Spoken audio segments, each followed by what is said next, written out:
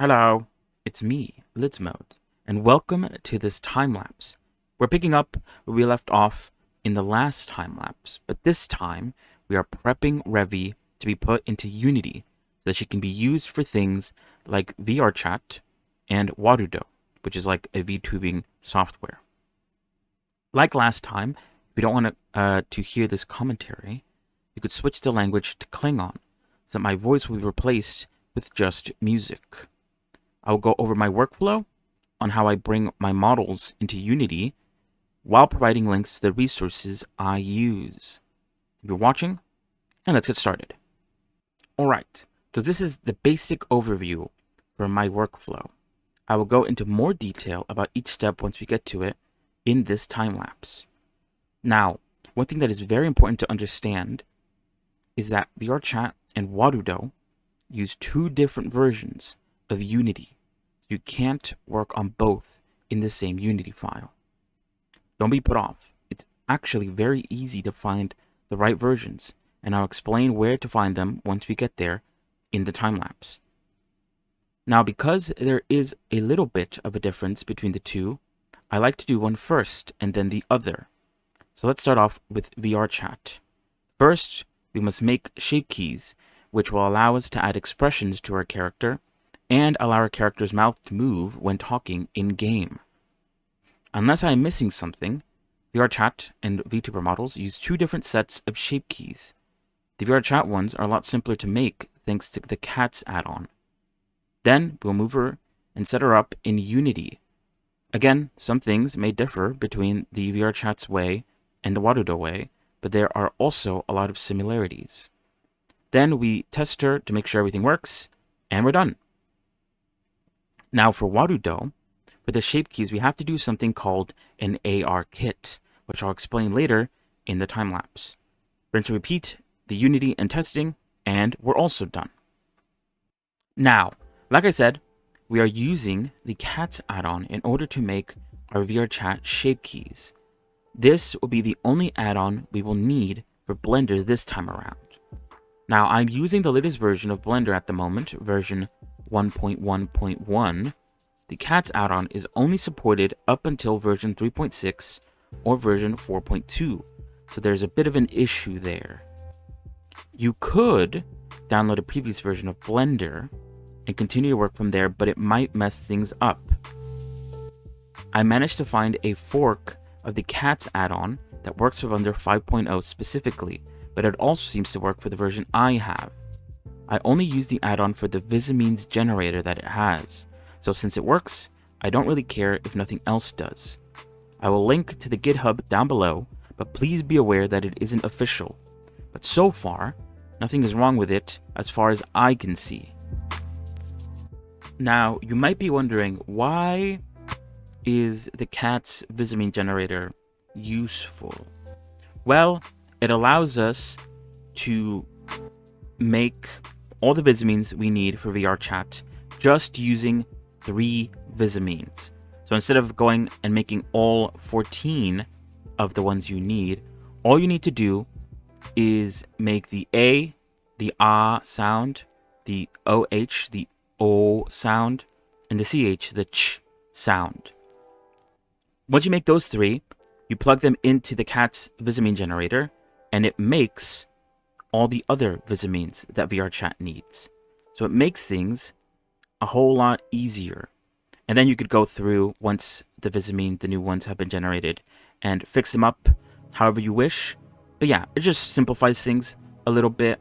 That's mainly the reason why I use it. Do remember that proportional editing is your best friend when it comes to making shape keys. If you want to move a large portion of the mouth all at the same time without having to move everything one by one, proportional editing is amazing for it. You could change the sort of, I guess, movement type from smooth to sharp and all that to change how it moves. You do still have to turn it off every once in a while to make more precise changes, but to get the ground rolling, or to get the ball rolling, it works pretty well. But yeah, when you're doing mouth shape keys, it's it's very important to look not only at the front view, but also the side view. Make sure that everything looks normal. Here, I ended up putting the 3D cursor around her jaw because, you know, when you move your mouth, usually you move the bottom because of the jaw movement. And so that's how I did the sort of ah shape key.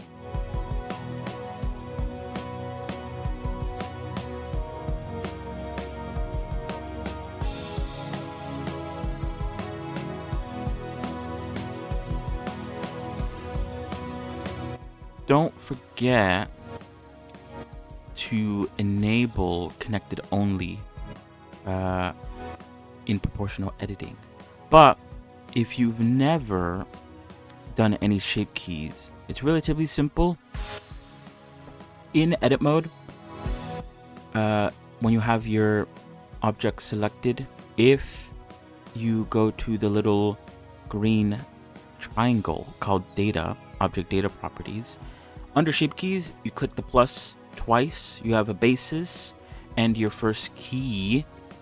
Basis you usually don't want to touch. That is like your sort of starting point. That is how it's supposed to look like, sort of as a control group, if you think of it that way. And then the other keys are sort of what they turn into from the basis, from the control group. So yeah, usually want to edit those. You know that you're editing them when it's highlighted blue. And so yeah, and then you go about, you could rename it, you could add more with the plus, and that's basically what I end up doing.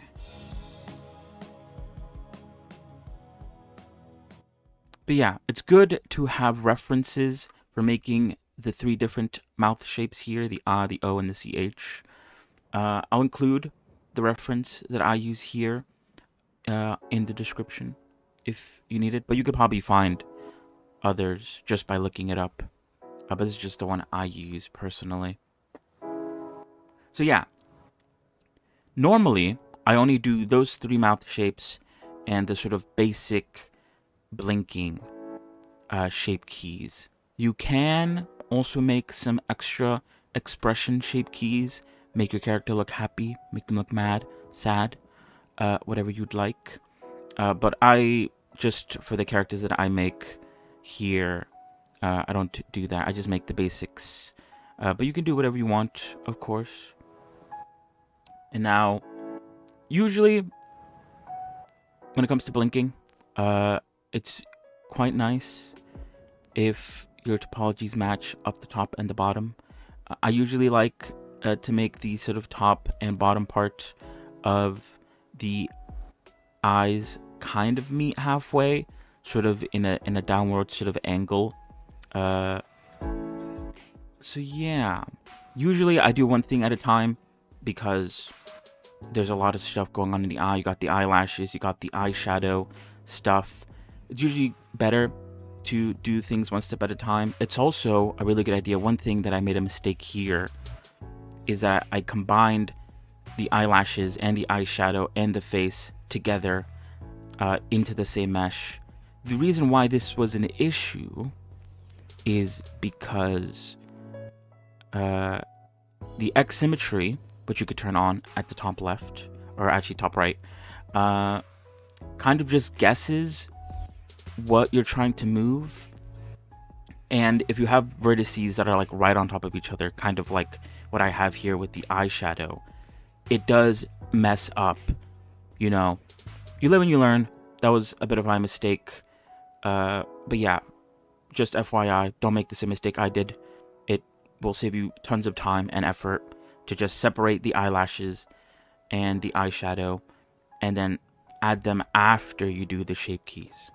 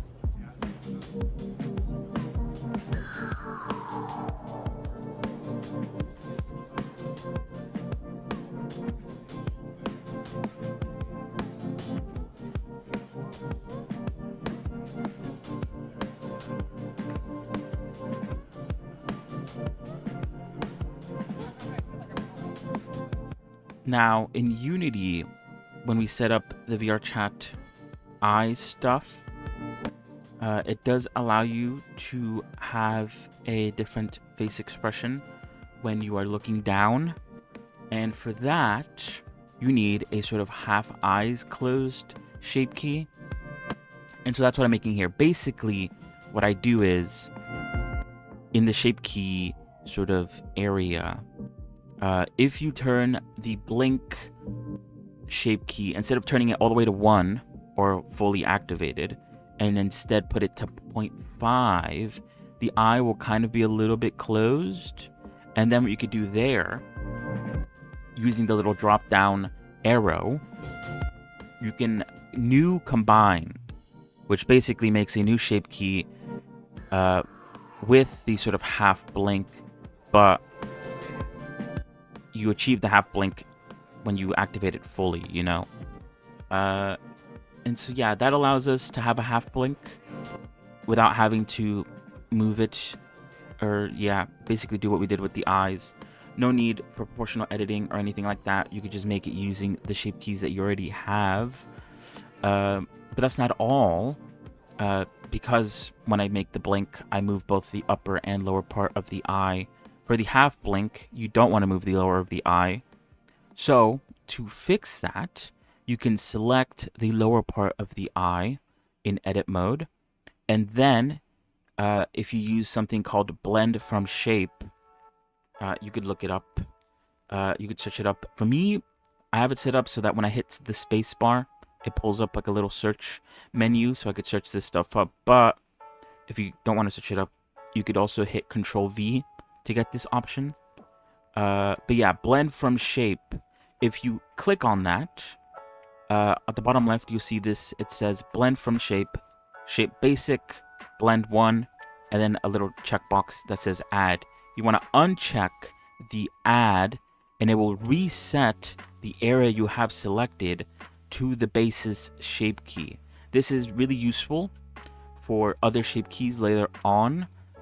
If you want to make a left and right blink shape key and you already have the blink that has both of the eyes closing, you could select one eye, use blend from shape, unselect add, and it will revert the eye you have selected back to the basis shape key. And you could use that to make the left and right blink, separate the blinks basically. So yeah, a very useful tool.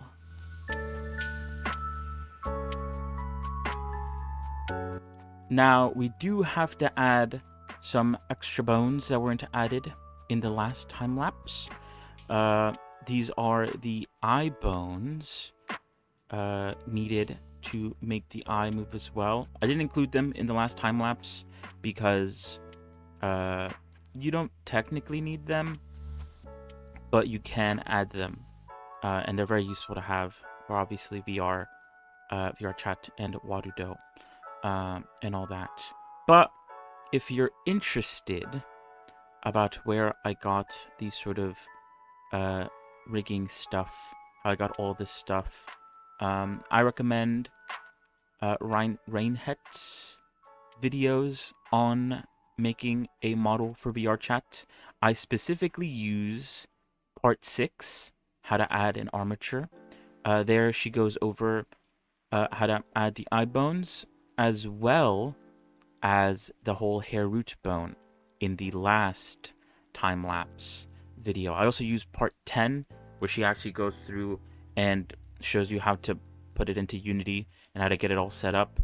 I'll probably reference that later on once we do get into Unity as well. Also, to bring back How to Deal with Skirts in VRChat by Revy. Another video that I use when it comes to Revy, since Revy does have a skirt, it's important to have that. That is also the video, the Reinhardt video, where she talks about the importance of having the z-axis of the bones point inward towards the center. You'll understand why once we get over to Unity. It's very important. That's where the sort of bones like to move, and that's how you sort of limit their rotation by the direction of the z-axis. So yeah, very useful videos. I highly recommend them. Now, what I did there a few seconds back, I added some corrective shape keys. Shape keys are not just only for moving eyes and mouths. You could also use them to sort of change the mesh in ways that benefit you. Obviously, when she has her long hair out, her hat is too small for it. So you could have a shape key to the hat so that it extends out. And in Unity, you could have that set up so that it automatically changes to that shape key once you need it. And then for the gun and the holster, I also added a shape key so that it shrinks inside of her body when she has her jacket on. That was the sort of solution that I came up with how big the holster and the guns are. It just simplifies things.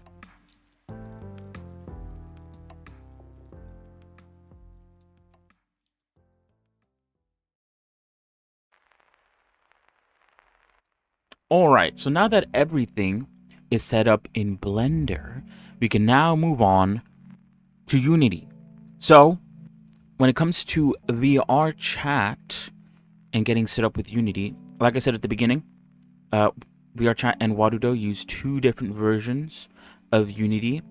To get the correct version of the VRChat Unity, I recommend downloading the VRChat Creator Companion. It's basically an application that allows you to launch your projects straight from it, so you don't have to, I guess, open it up anywhere else. If you download that, it will run you through and it will automatically install the right version of Unity that you need for VRChat projects.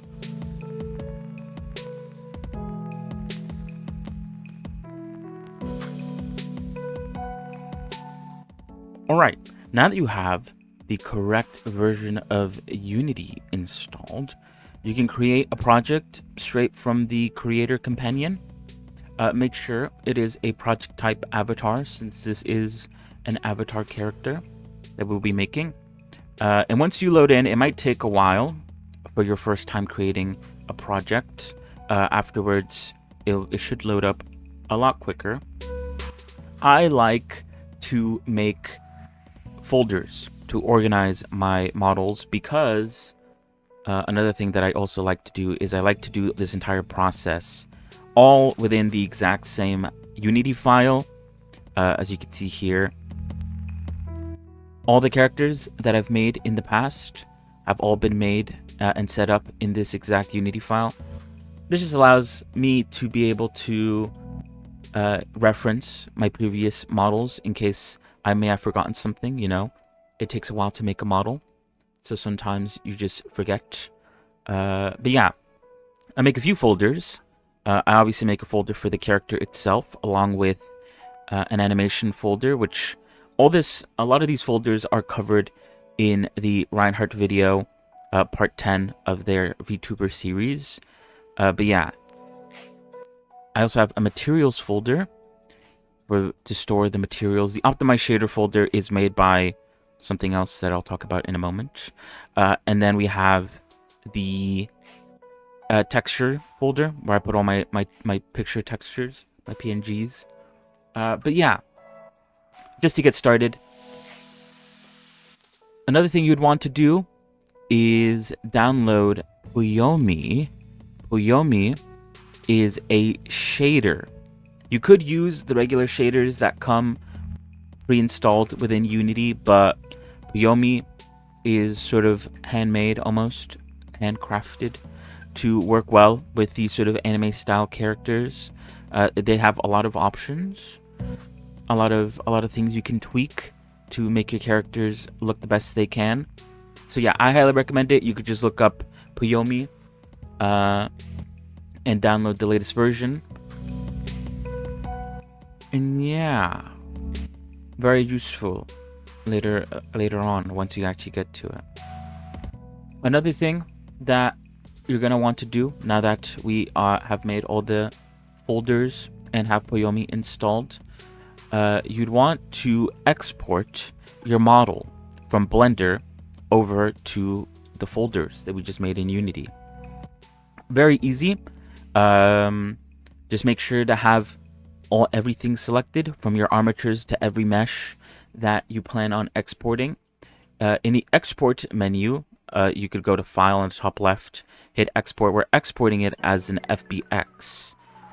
But once you do that, in the export menu, I like to select Limit to Selected Objects and Limit to Visible Objects. This is just so that it's only exporting the stuff I have selected.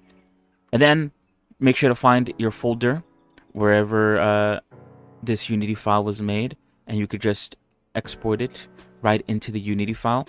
The good thing about Unity is any changes you make to the files get auto updated within Unity, so it's very useful if you just want to like drag and drop stuff or export stuff over. So yeah, with that, we are ready to get started with the Unity stuff. At this stage, I highly recommend looking at Reinhardt's video, or at least slowing down this video, since the next few things, there's quite a lot of little steps that happen quite fast when it comes to setting up the model. So I'll try my best to explain what I'm doing, but if you want a more in-depth sort of view, I definitely recommend Reinhardt's video, since mine is just a time lapse. It's not a step-by-step sort of thing, or it's not supposed to be, but you know, whatever. Anyway, so now that you have Revy inside of your folder, or I guess not Revy, your model, there's a few things you want to do first. If you click on the FBX in the file selector, on the inspector on the right, you'll have a few selections: model, rig, animation, materials. If you click on model, you want to make sure to toggle legacy blend shapes and also toggle read and write, and hit apply. On the rig, you want to change the animation type to humanoid. After that, you want to go to the config. If you use the Rigify rig like I did, most of the bones should be placed automatically where they should be.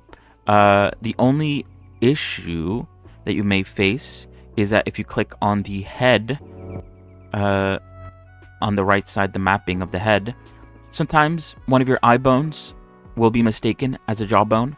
Just unselect it, remove it, and you should be fine. Make sure that everything else is also in the right spot.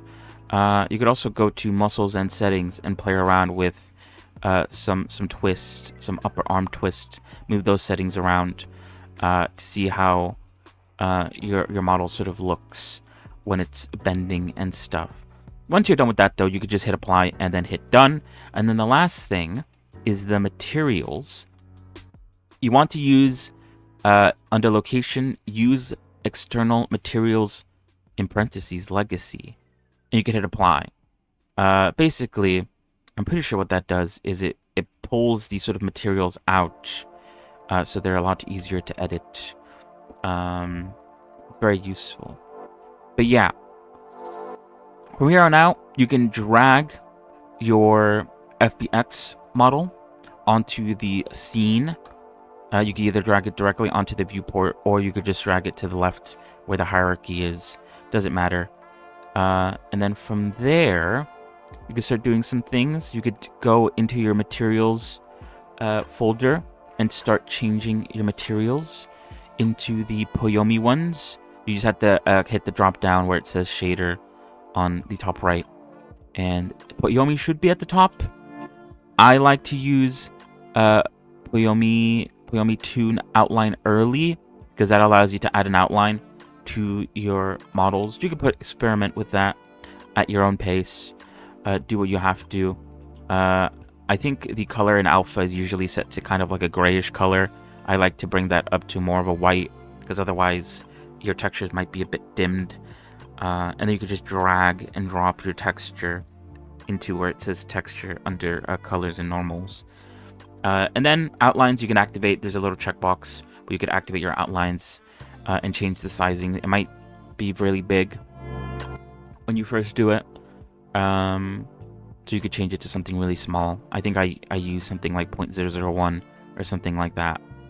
After that, another important thing, if you scroll down under rendering, in case you have something like what I have with the skirt, where it's like one flat plane and there's no like double side, it's not double sided. If you look through it through the inside, you might be able to, it might be completely see-through. If you don't want that to happen, you want to turn off cull. At the moment, I think by default it's set to back. You can turn it off so that these planes, these flat planes, will have color on both sides. And so yeah, those are the basics that you pretty much do with every model. So yeah.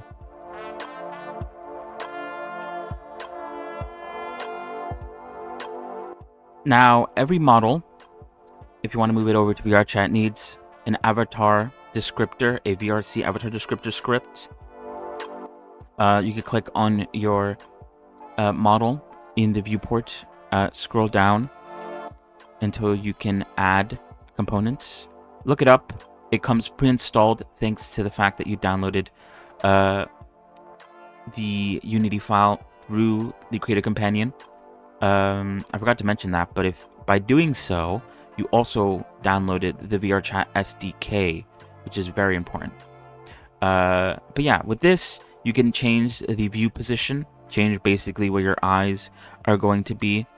Again, this is where I reiterate, probably the best to go to Reinhardt's video for this stuff, since time-lapse does move rather quickly, and there's only so much I can really talk about.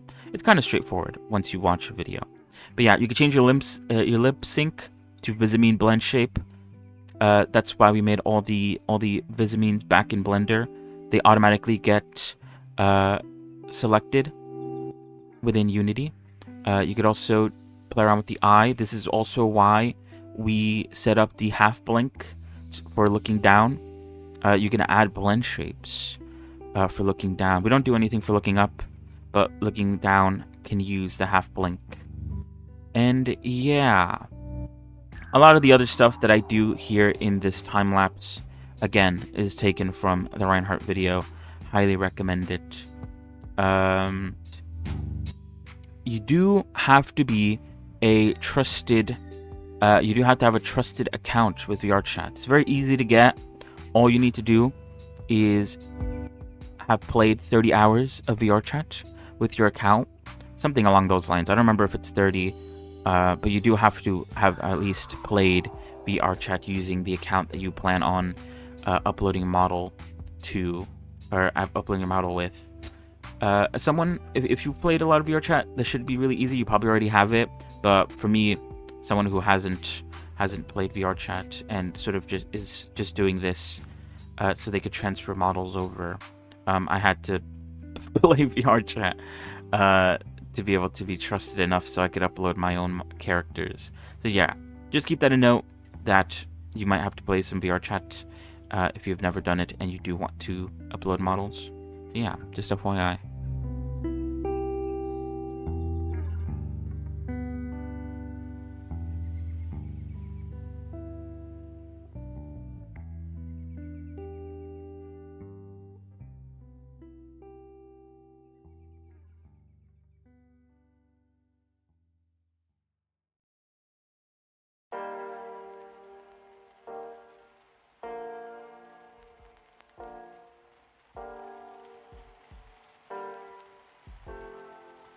There will come a point in the Reinhardt video where she brings a model into VRChat briefly to test things out.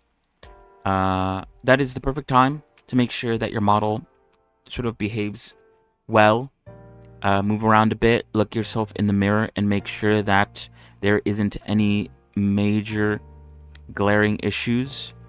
Any clipping anywhere. This is about the time where you should go back and fix any issues that you may see. Another issue that you might run into is if your feet are sinking a little bit through the floor. The easiest way to fix that is to go into the rigging thing that we set up at the beginning and sort of raise your model a little bit off the ground, and that should help fix your shoes clipping into the ground. But yeah, this is the part where you fix whatever you need to.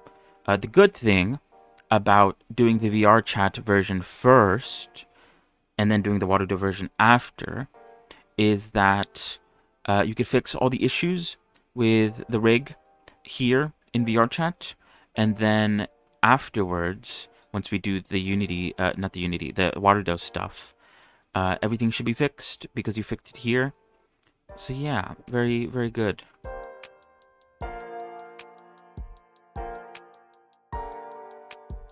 If you want certain parts like your hair to move around and bounce around, in VRChat does have a special sort of script similar to the avatar descriptor. You just load it up as a component. Fizzbones, VRC Fizzbones is your best friend. There, you can put your root bone, your hair root bone as the root transform. And you can change how your hair works. To test how these numbers sort of affect your hair, you do have to hit play at the top center there to actually animate or simulate your hair movements. But yeah, this will allow your hair to move around as you move. You could also add colliders to your hair so that it doesn't sort of clip into areas you don't want them to.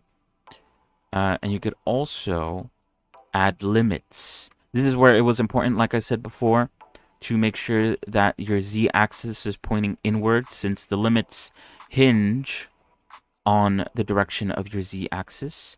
And yeah, you could change the limits. There's a few options: angles, hinges, polars, to limit how far the rotation can go. So yeah, very, very useful. Now is probably the best time to say that if you do want to watch the entire process without it being sped up, so you could actually, I guess, sort of follow along with me. I do post all my VODs on a VOD channel.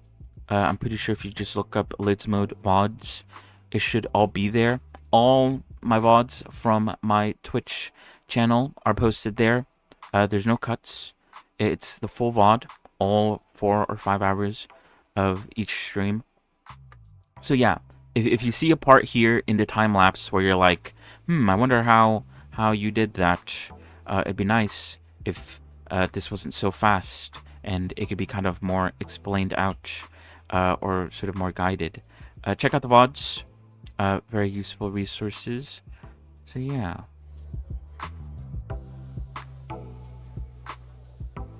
Now, like I said before, because Unity auto updates stuff that you put into it, that could be very useful, because if you do make changes to your model in Blender, you can export it into the same spot you exported your file before, and if you keep the same name as your previous VRM or FBX that you imported, everything will get auto updated and you don't have to basically restart from the beginning. So, if you change the mesh, you change the way certain meshes are grouped together, you should be fine. Just export it under the same name into the same spot, and Unity will auto-update it, auto-update the thing there in the sort of hierarchy. And yeah, so you don't have to redo everything. This is really useful since one thing that I forgot to mention is that at this point you do want to think about toggles. For instance, referencing Revy, she has two different outfits. So instead of having her shirt, her shorts, and her shoes as three separate meshes, I just combine all three meshes into one, I guess, mega mesh and call that, her OG outfit. Because, I don't plan on removing each of those clothing separately. They all come off together. So, to save sort of, I guess, room, just combine them all together. Same with the winter outfit, the shirt and the skirt and the shoes for the winter outfit. They don't have to be three separate meshes. They could all be one singular mesh. So in case I were to accidentally upload them into Unity as three separate meshes, all I need to do is go back to Blender, combine them all into one mesh, re-export it out the same way I did before, under the same name, and it will auto-update in Unity, all to be one mesh. So yeah, very useful. Now, one thing that I did for Revy this time around is I added contact toggles. Basically, if you did have VRChat sort of ARM controllers, which I don't have, you'd be able to activate certain contact toggles. My goal was so that you could, using your hands, go up to the guns in the holsters, and then, by clicking a button, they will automatically snap to the hand that you grabbed with. That was the basic idea.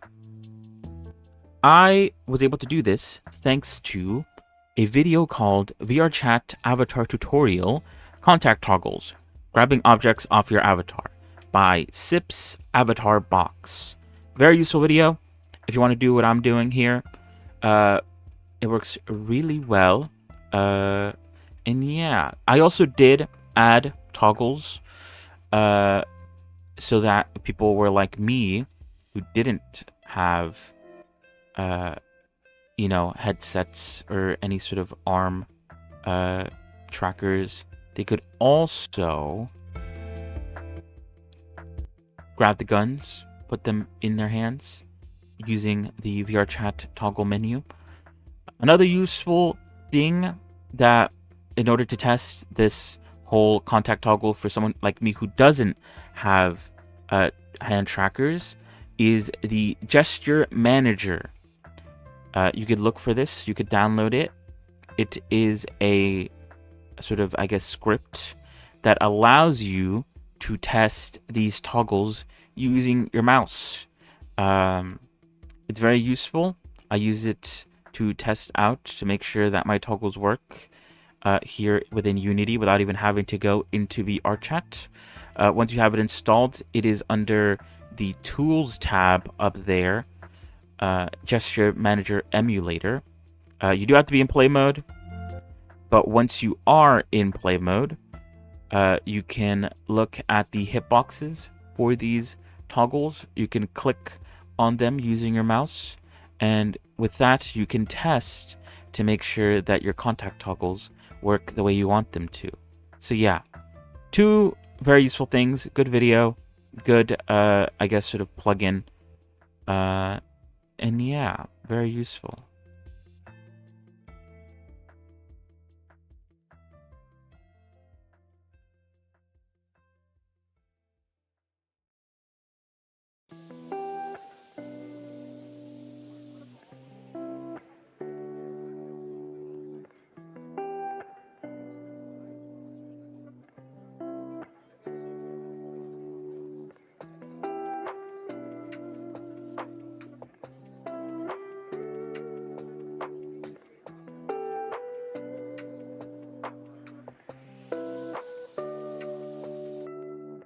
Testing your fizz bones within Unity is one thing. It's also very useful to just go ahead and put your model into VRChat for testing, so that you can make sure that your hair actually moves well when you're moving around in that game, sometimes the movements can be quite snappy. So, you know, it's better to test in-game to actually see what's it all about. So yeah, that's what I'm doing here.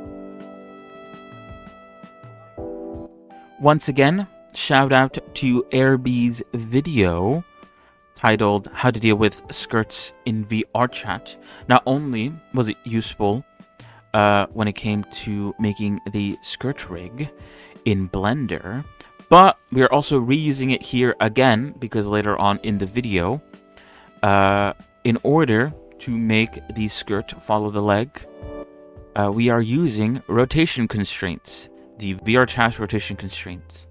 You can follow the video on how exactly it's done, but basically we're adding a rotation constraint to all the top of the bones for the skirt, and we're going into play mode to test to make sure at moving around the influence a bit so that the skirt follows the leg. It won't be perfect 100%.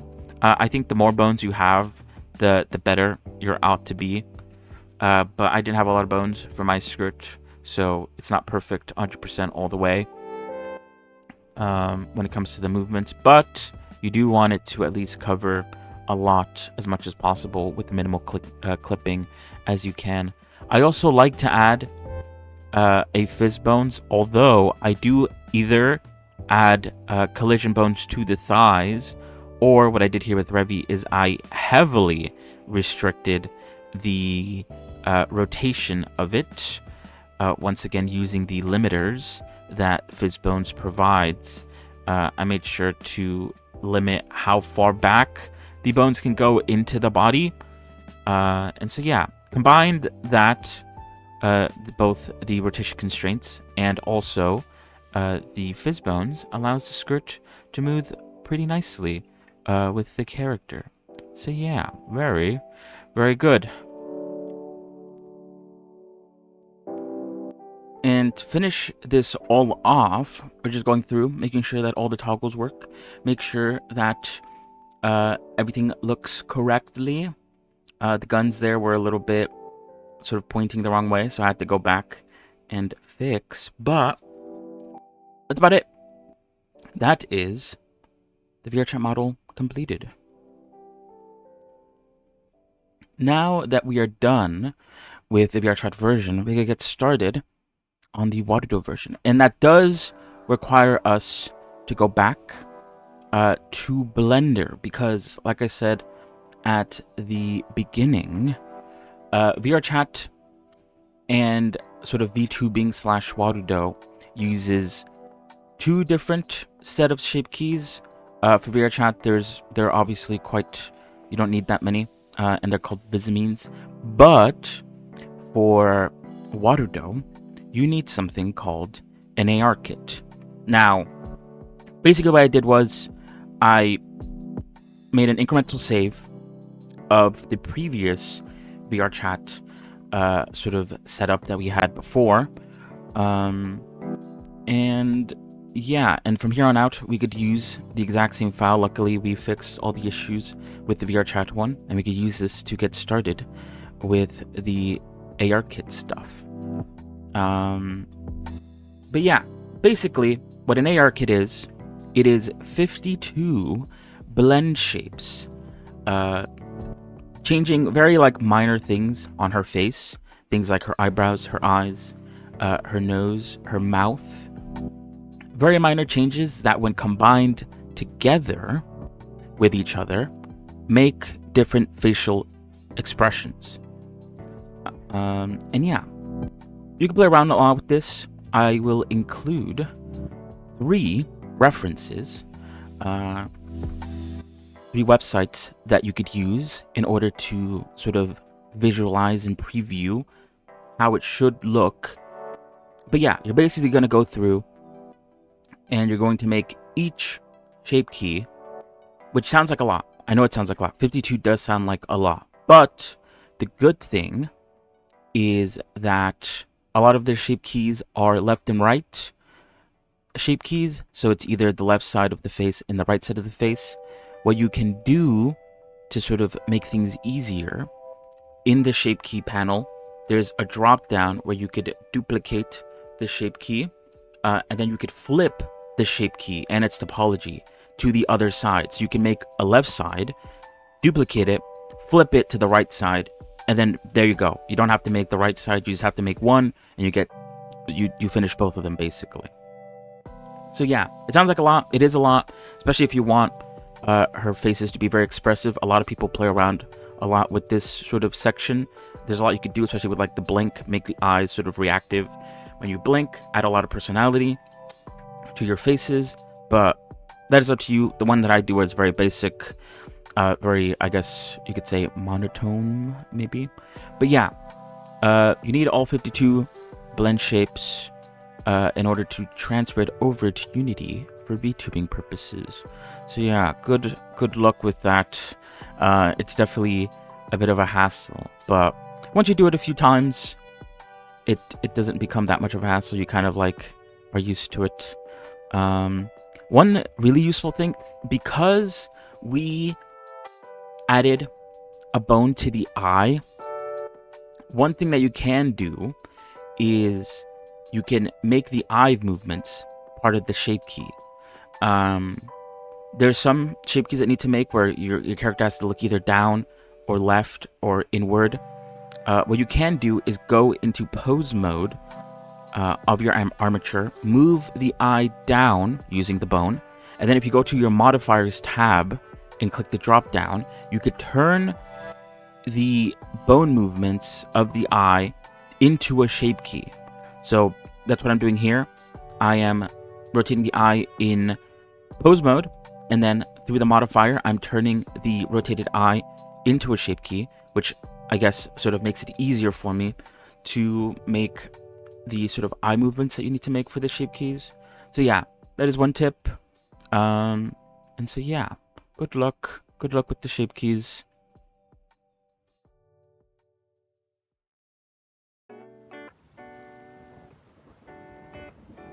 Now, it's important to note, as far as I'm aware, that it is important that the names of the shape keys are correct.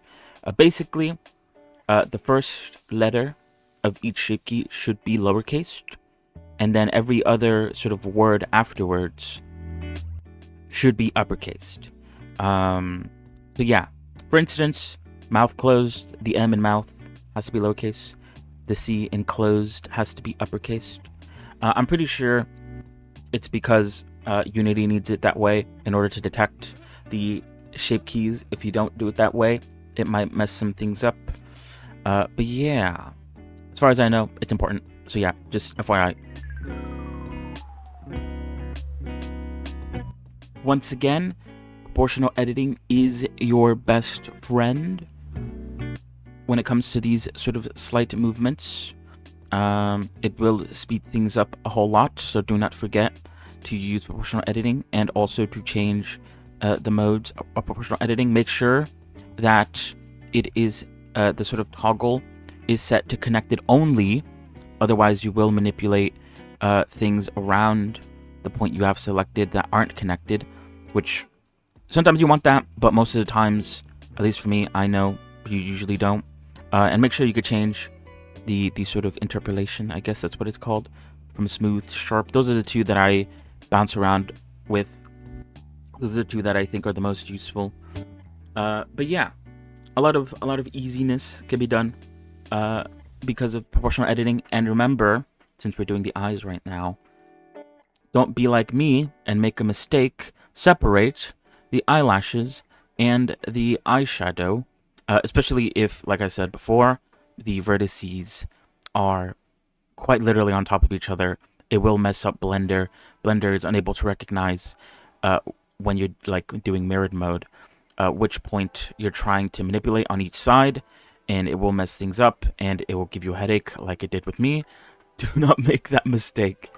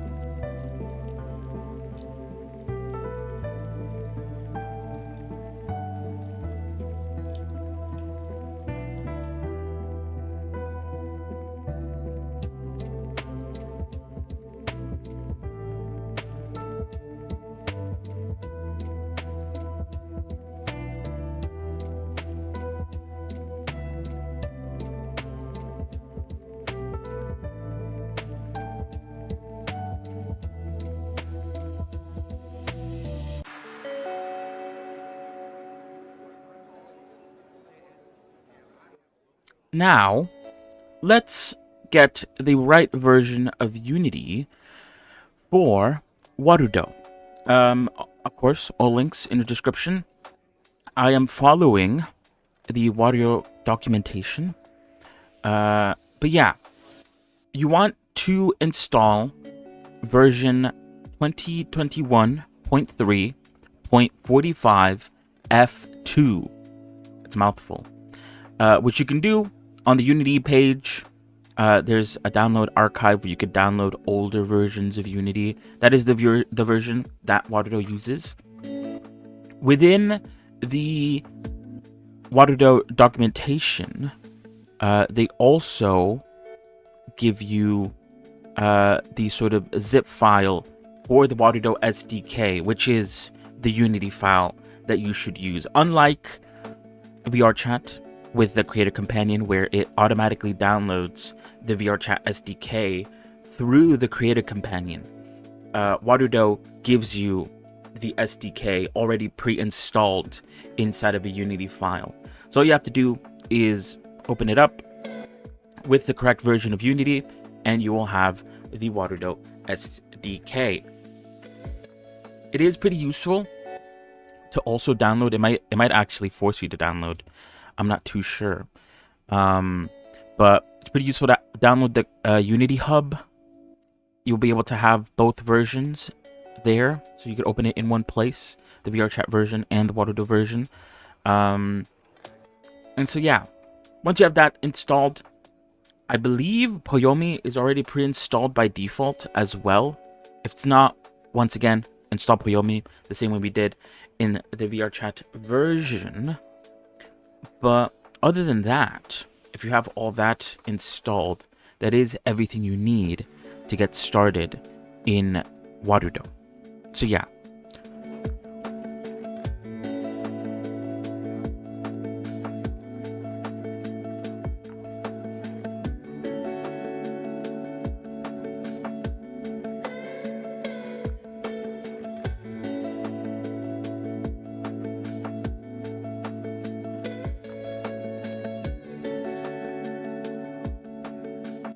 Alright, now we should export our character into Unity. Make sure to load up the Warudo Unity file once you have it, so that, you know, like last time, it might take a while for it to load the first time, and then afterwards it should load a lot quicker. But yeah, to export your character, obviously select everything you wish to export, all the meshes, the armature, and export it as an FBX on the top left under File and Export FBX. For your sort of export settings, like last time, I like to check and include selected objects and visible objects. This just makes it so that only the objects I have selected and are visible will be included when we export. But for the Warudo export, we also want to click a couple extra things under Transform. We also want to change Apply Scaling from All Local to FBX All, and then we want to check the box that says Apply Transforms. Once you have all that done, then you are free to export. Now, the beginning parts of the Unity version of Warudo are pretty similar to the way we set it up in VRChat. Obviously, once you have the Unity file open, you want to make some folders to store your stuff. Make a folder for your character, make a folder for their textures and their materials and all that, so that you have a place to export this stuff out. I like to make 2 folders because, apart from also putting them into Warudo, I also like to make them as a VRM. So I have one version or one folder for the VRM version, and I have another folder for the Warudo version. But yeah, similar to how we set up the character in the last time, make sure to select them in the sort of project viewport down there, and then you can go ahead and do what we did last time on the inspector model. Make sure to turn on read write, legacy blend shapes in the rig. Make sure to make the animation type humanoid and configure it so that there's nothing in the jawbone and that all the bones are correctly placed. Most of them should be, except for maybe like the face stuff. Sometimes the face stuff has some issues. And then under materials, extract legacy, use external materials legacy under location. Apply that, make sure you apply. And after all that, we are ready to begin. You could drag and drop the character FBX file into the hierarchy, and then we could start playing around with the character. I highly recommend Kana's, hopefully I'm saying her name right, Kana Fuyuko's video, how to convert FBX to Warudo avatar. This is a video that I follow along for this entire process. She does an excellent job of, you know, telling you from Blender all the way to here how to get the model done. So yeah, highly recommend her video if you want a more in-depth view, a more in-depth sort of tutorial on how to get all this done. But yeah, I'm setting up the Poyomi shaders. One thing to note is that the reason why we use external materials is because the VRM version does not support Poyomi shaders. So you have to use something else. However, Warudo does support the Poyomi shaders, so all well and good. So yeah, I'm basically doing something similar to what I did for the VRChat version. For the skirt, I'm doing what I did before and adding rotation constraints to the skirt control bones so that they follow the leg nicely. Unlike the sort of fizz bones that what's it called, VRChat has, we do not, this is not using VRChat's SDK, so you do not have access to fizz bones. You have to use the VRM spring bones, which are a little less sort of useful. They're kind of like, compared to fizz bones, they're not really the best. With these, you do have to like make collisions and stuff, and you have to play around with some of the controls because, you know, compared to fizz bones, it's not the best. It also doesn't really have any sort of like ankle limiters like the fizz bones has, so you're gonna have to experiment with that for the skirt and for the hair. Play around with it, obviously going into play mode to test to make sure that everything is behaving correctly. There is also kind of like recommended, I don't have it, but I know a lot of people use it for VTuber models, Magica Cloth. There is a plugin for Unity called Magica Cloth. It does cost money. I forgot how much it is. I believe it was 40 bucks the last time I checked, but it might go on discount perchance. But yeah, Magica Cloth is highly recommended to make like really nice flowing skirts and hairs and stuff for VTuber models. I don't have it. This is a free guide, so I'm using the bare bones stuff that is available naturally within Unity. So yeah, but even with that, you could achieve somewhat of the right look. But yeah, once we have all that done, then yeah, I suggest really following along with Kana's video, because it's hard to sort of explain it here, especially with how fast the video is. But you do want to, up there on the top, you have selectors. There's one called Warudo where you could set up a mod, a character mod, for the character you're making. And yeah, just follow along to the video. It will sort of guide you to bringing the model into Warudo.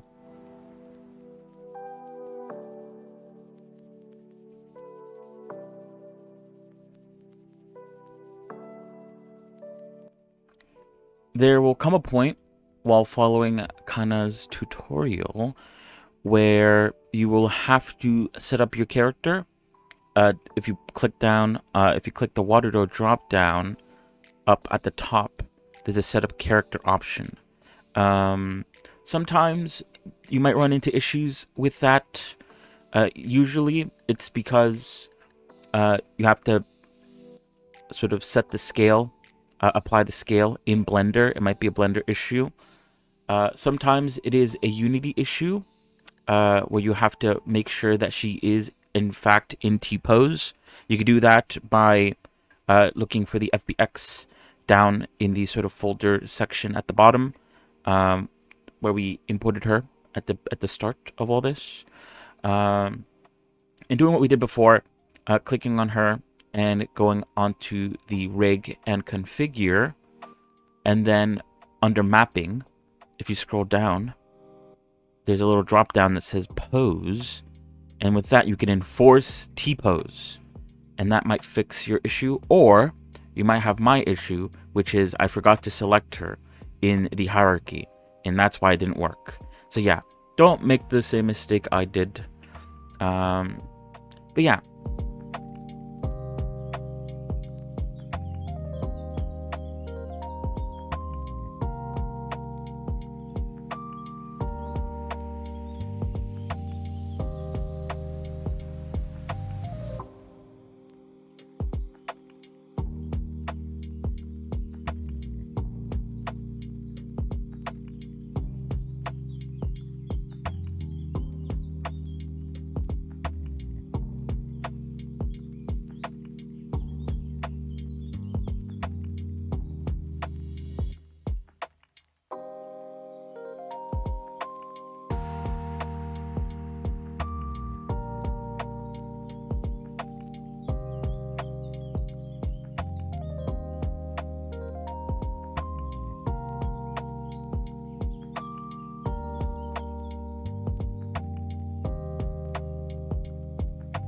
Now that the character has been set up, we could focus on doing some refining. For the skirt rotation constraints, I usually leave them off until I create the character or set up the character, because I found before that if you activate the rotation constraints before setting up the character, it might cause issues. So it's better to leave it until afterwards. So around this time I also activate that. And here I am making the colliders for the hair bones. Usually what I do is I create an empty object attached to the head, specifically for the hair, and then using a VRM Springbone collider group, I add colliders so that the hair doesn't clip into the head. You do have to play around with this a bit, adjusting the size of both the collider group and also the size of the sort of spring bones that the hairs have.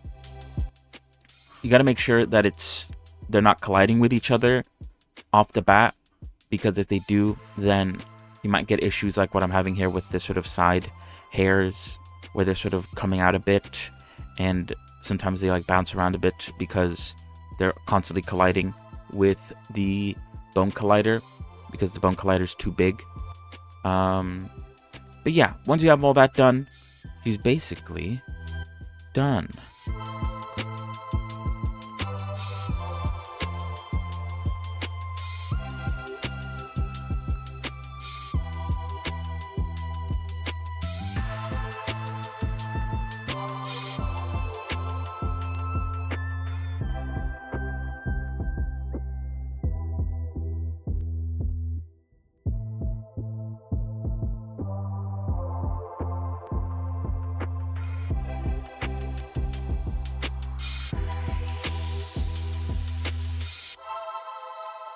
Now, one thing that I like about the Warudo application, which is why I use it, and I highly suggest using it if you do plan on doing some sort of 3D VTubing, is because of their blueprint feature.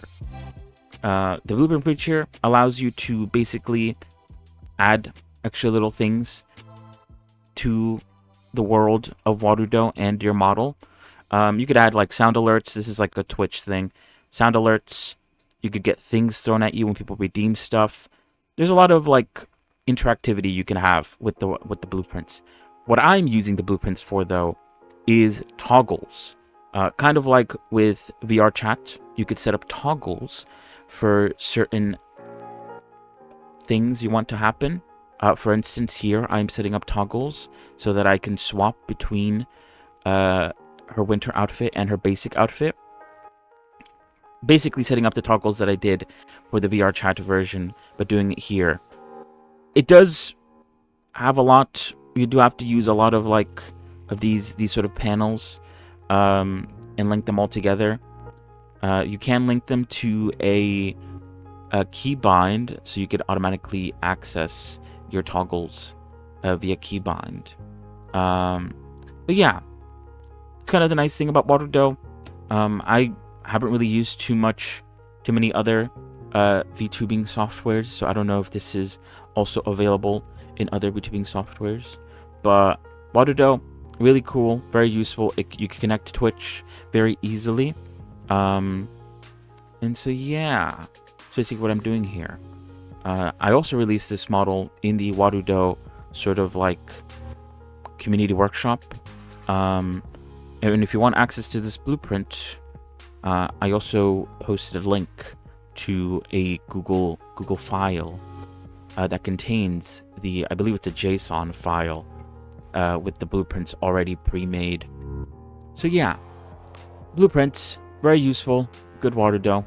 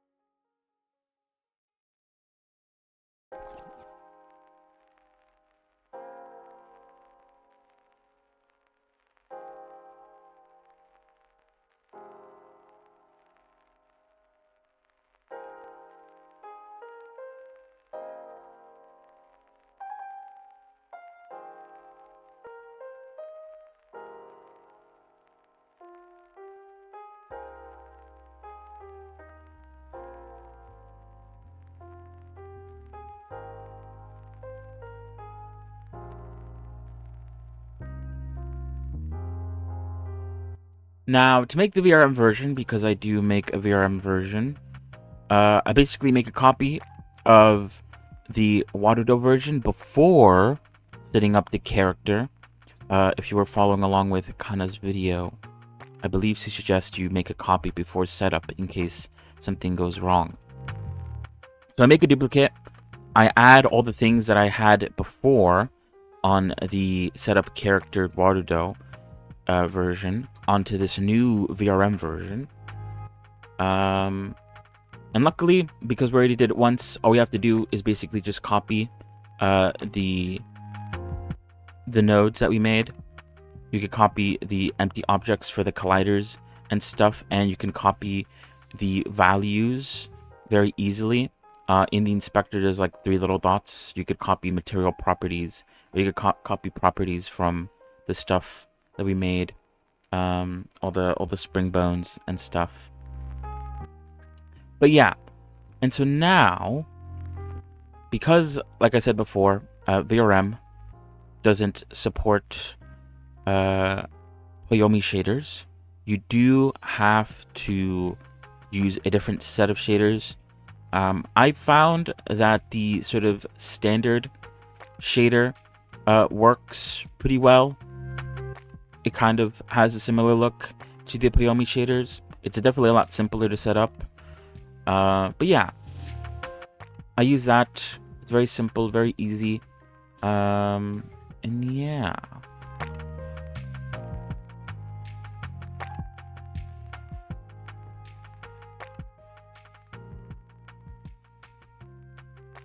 Funnily enough, this is when I realized that somehow the back of her, I guess, back was using the wrong material. And a mess up that I made within Blender. In order to fix it, I had to go back into Blender, swap the material to the correct material, and basically, not really, but kind of redo what I did with Warudo, set up the whole character all over again. Luckily, like I said before, I already had a version of the character set up, so I just had to transfer over all the colliders and all the information from the spring bones and the rotation constraints. A bit time consuming, but in terms of like issues, it was not the biggest. But yeah, mistakes happen. It's all good.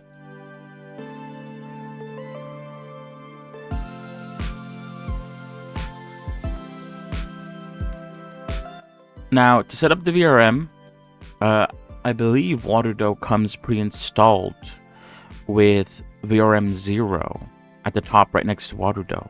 You can export the model as a VRM right back into Unity, and then you can drag that VRM into the hierarchy so that you can play around with it. The good thing about doing that is that once you export it back into Unity and put it back into the hierarchy, it will have everything you need. If you select it, it will have all the scripts, all the VRM scripts that you'll need for VRM. Specifically, you're going to need the VRM blend shape proxy. If you double click on blend shape avatar, it will open up this little panel in the inspector that showcases all of the shape keys that this model has. Now, I got this from a video called How to Create an ARKit Face Tracking for 3D VTubing. In that video, obviously, he goes into setting up an ARKit. I guess could also be useful for the ARKit stuff, although he does it really quickly, so it's not a step-by-step guide like this video. This video isn't also a step-by-step guide. But he's setting things up so that the VRM can be turned into a I think it's VSDF, which I don't do. But either way, you do have to set this up. You have to go and create blend shapes and make sure that you name them the exact same name as their actual sort of blend shape on the body, on the face itself.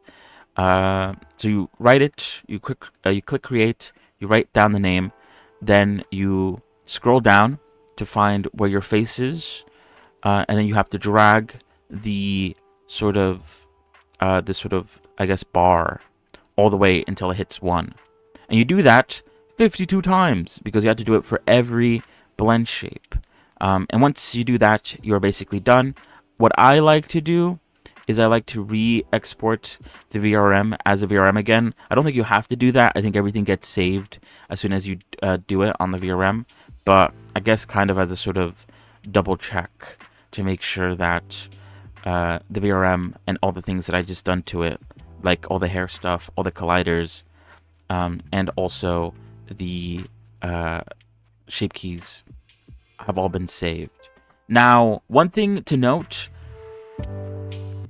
when it comes to the VRM is I do not make both versions of the character. I don't make the sort of original outfit and the winter outfit for the character. As far as I am aware, the VRM doesn't have toggles. You can't make toggles like you can with like the Warudo version that we made earlier. So what I like to do is I just like to make the single version. You could make both versions, but if your character has like a lot of costumes, it might not be the best idea. It might be too time consuming. But what is it? VRMs to me are kind of a bit of an afterthought at this point. I just do it because I can. And so yeah, do what you will. That video, check out that video. It could be really helpful. So yeah.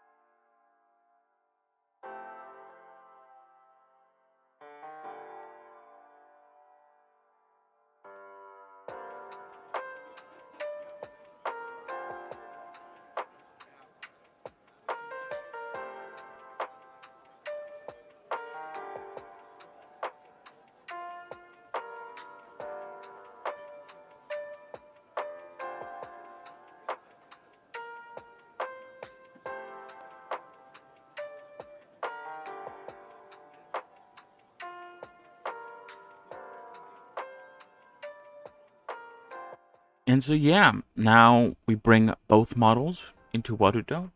We can look at both the .warudo file and also the VRM file and see how it looks within Warudo itself. But yeah, after all that, we're done. We're done with the Warudo version. And yeah.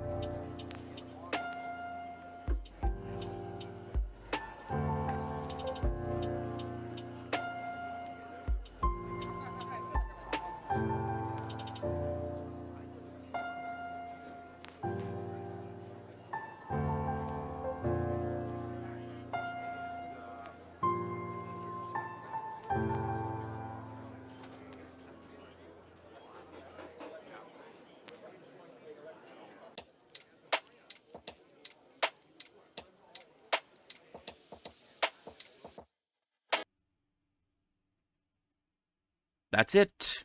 Thank you to everyone for watching. Much shorter than the last time lapse, huh? I hope my commentary was at least a little bit helpful. These videos aren't meant to be complete step-by-step guides, but feel free to slow down the video or go to the VOD channel, Lydsmode VODs, if you want to see how it is all made uninterrupted. Shout out to all the channels and the resources I've provided. All those are, of course, in the description, so be sure to check them out, as I wouldn't be able to do what I do without them. Check out my Twitch and other socials under Lydsmode. Links in the description. Thank you for everyone for watching. Hope you have a good rest of your evening, rest of your day, and I'm gonna go now. See you guys. Goodbye. Goodbye, goodbye. Bye.